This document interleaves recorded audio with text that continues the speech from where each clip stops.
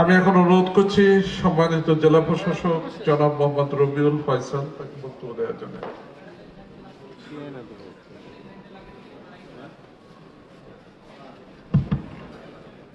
আমার বক্তব্যের শুরুতে গভীর শ্রদ্ধা ভরে স্মরণ করছি জুলাই ছাত্র জনতা গণ অভ্যুত্থানে শহীদ হওয়া অসংখ্য সেই ছাত্র ছাত্রী ভাই বোন, অসংখ্য আমাদের জনতা, শহীদ হওয়া আমাদের মা বোন এবং ছোট বাচ্চাদেরকে। আমি একটু ট্রেন ব্রেক করে বলতে চাই, আজকে রংপুর মেট্রোপলিটন পুলিশের এই ৬ষ্ঠ প্রতিষ্ঠা বার্ষিকীতে সম্মানিত বিশেষ অতিথি আমাদের শহীদ আবু সাইদের মা, তার প্রতি শ্রদ্ধা নিবেদন করছি। জনাব মনোয়ারা বেগম, সম্মানিত প্রধান অতিথি ইন্সপেক্টর জেনারেল অফ পুলিশ জনাব মোহাম্মদ মঈনুল ইসলাম এনডিসি, সম্মানিত সভাপতি জনাব মোহাম্মদ মজিদ আলী, পুলিশ কমিশনার রংপুর, সম্মানিত অন্যান্য বিশেষ অতিথিবৃন্দ, সম্মানিত সুধীবৃন্দ, সম্মানিত পুলিশ বাহিনীর সদস্যবৃন্দ, সম্মানিত শিক্ষক মণ্ডলী এবং সম্মানিত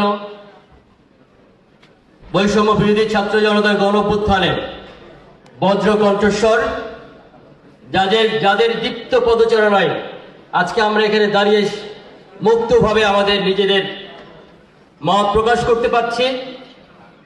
অন্যতম প্রধান সমন্বয়ক জনাব মোহাম্মদ শারজিস আলম সহ আমাদের রংপুরের সকল ছাত্র সমন্বয়ক যারা সম্মানিত এখানে উপস্থিত আছেন, সকলের প্রতি সম্মান জানিয়ে সম্মানিত রাজনৈতিক নেতৃবৃন্দ, সম্মানিত বিভিন্ন ফোর্সের সামরিক বাহিনীর র্যাব বিজেপির প্রতিনিধিত্ব করছেন যারা, তাদের প্রতি সম্মান জানিয়ে আসসালামু আলাইকুম রাহমাতুল্লাহ।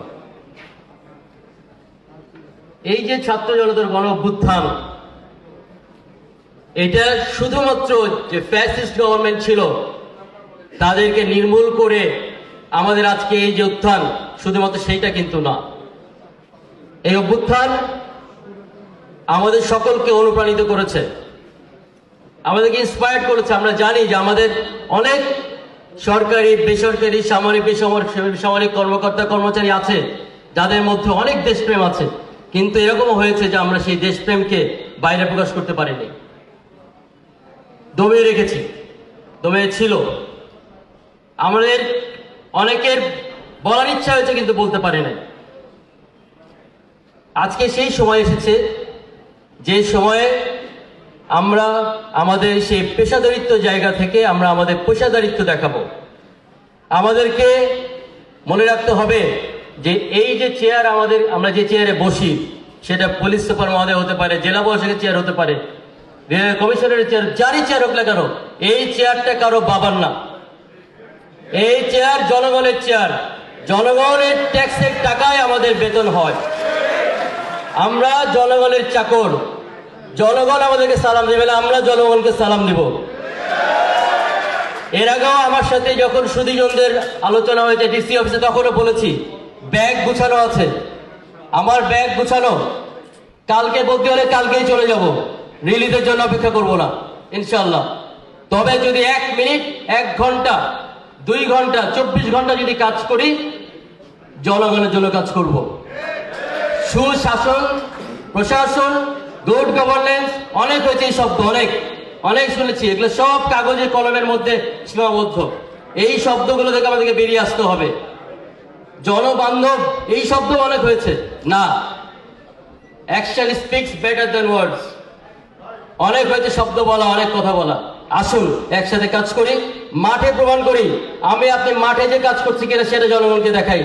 এই যে সাজিস আলম সাহেব বলেছেন যে শুধুমাত্র সরকারি কর্মকর্তা কর্মচারীরা সবকিছু এগিয়ে যেতে পারবে না যদি আমরা সকলে যদি ইন্ডিভিজুয়ালি ঠিক না হই। আমাদের সকলকে সম্মিলিতভাবে সবার সাথে, এখানে সমন্বয়করা আছেন, আমাদের পুলিশ বাহিনী আছেন, সবাই একযোগে কাজ করতে হবে, রাজনৈতিক নেতৃবৃন্দ আছেন। দেশের প্রয়োজনে ভালো কাজের সাথে সবসময় আমরা সকলের পাশে আছি ইনশাল্লাহ। যে সেই আস্থার জায়গা, যে আস্থার জায়গা হেলে গেছে, একদিকে হেলে পড়েছে, সেই জায়গা আবার সোজা হবে ইনশাল্লাহ। আমরা জনগণের সবচেয়ে বড় বন্ধু হব, সেই প্রত্যয় ব্যক্ত করে সকলের সুস্বাস্থ্য মঙ্গল কামনা করে সকলকে ধন্যবাদ জানিয়ে আমার বক্তব্য শেষ করছি। আসসালামু আলাইকুম।